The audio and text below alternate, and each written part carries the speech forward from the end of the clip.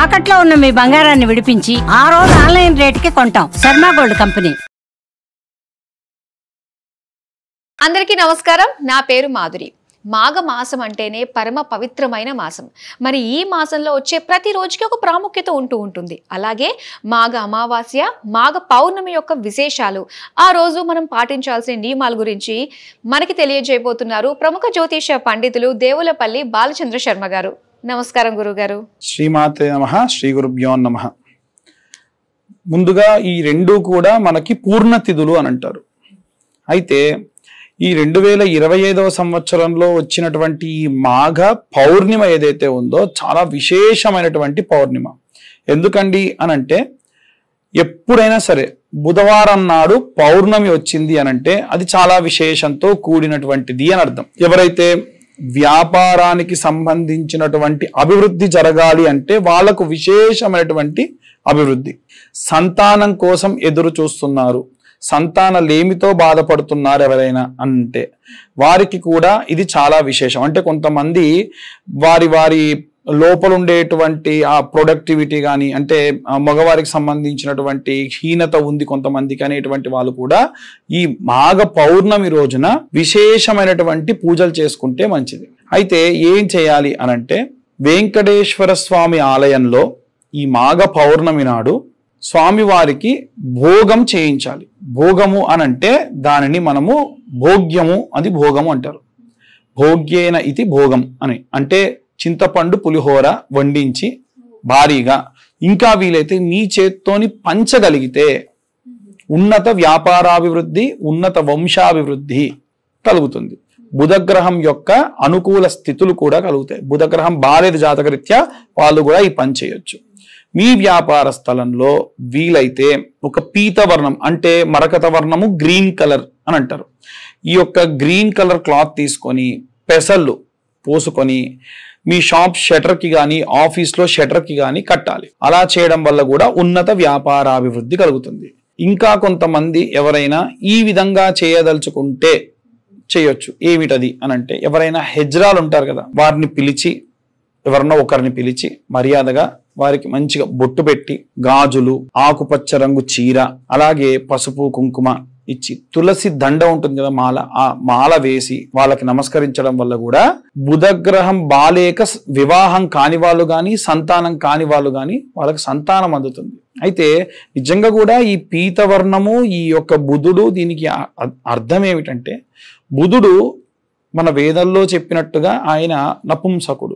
ఆయన యొక్క ప్రమేయం లేకుండానే పుట్టగానే వక్రబుద్ధి వల్ల జన్మించాడు కదా అని చెప్పేసి బుద్ధికి అధిపతిని చేసి వెంటనే నపుంసకుడు వైపోగాక శపించారట. కాబట్టి ఆయన చిన్న పిల్లవాడు ఏడుస్తుంటే విష్ణుమూర్తి వచ్చి వరం ఇచ్చాడు, కలియుగంలో నీకు అధిదేవుడిగా నేనుంటా అని చెప్పి. అందుకనే మనకి వెంకటేశ్వర స్వామిని చూసుకున్నట్టయితే నడుం వరకే పంచ కడతారు, పైన చీర కడతారు స్వామివారికి తిరుమల తిరుపతిలో. ఎందుకు అంటే బుధుడి యొక్క అధిదేవత ప్రత్యధి దేవత రెండు ఆయనే. అలాగే మనం ఈశ్వరస్ అనేటువంటి శబ్దానికి అర్థం ఏమంటాం? ఈశ్వర అంటే శివుడు కదా? కాదండి. ఈశ్వర అంటే సర్వం వ్యాపించి ఉన్నవాడు అని అర్థం. మరి వెంకటేశ్వర అంటున్నాం, మరి వెంకటేశ్వర స్వామి శివుడా? అవును, ఆయన శివుడు, ఆయన విష్ణువు.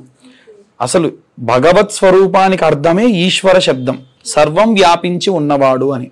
అలాంటి వెంకట ఈశ్వర, వేం అంటే కష్టములు, కట అంటే నరికేసేవాడు, ఈశ్వర అంటే సర్వం వ్యాపించి ఉన్నవాడు. అలాంటి వెంకటేశ్వర స్వామి శివుడు ఇలా అర్ధభాగం ఇస్తే స్వామి ఇలా ఇచ్చాడు. అందుకే సువర్ణ లక్ష్మి ఆయన ఛాతిలో ఉంటుంది. బుధవారం నాడు మాత్రమే నిజరూప దర్శనం ఉంటుంది స్వామివారికి. లోపల ఉన్న సువర్ణలక్ష్మి తీసి గంధం అంతా నింపి ఆ గంధం అంతా వారం రోజులు డిస్ట్రిబ్యూట్ చేస్తారు భక్తులందరికీ. అలా చేస్తారు.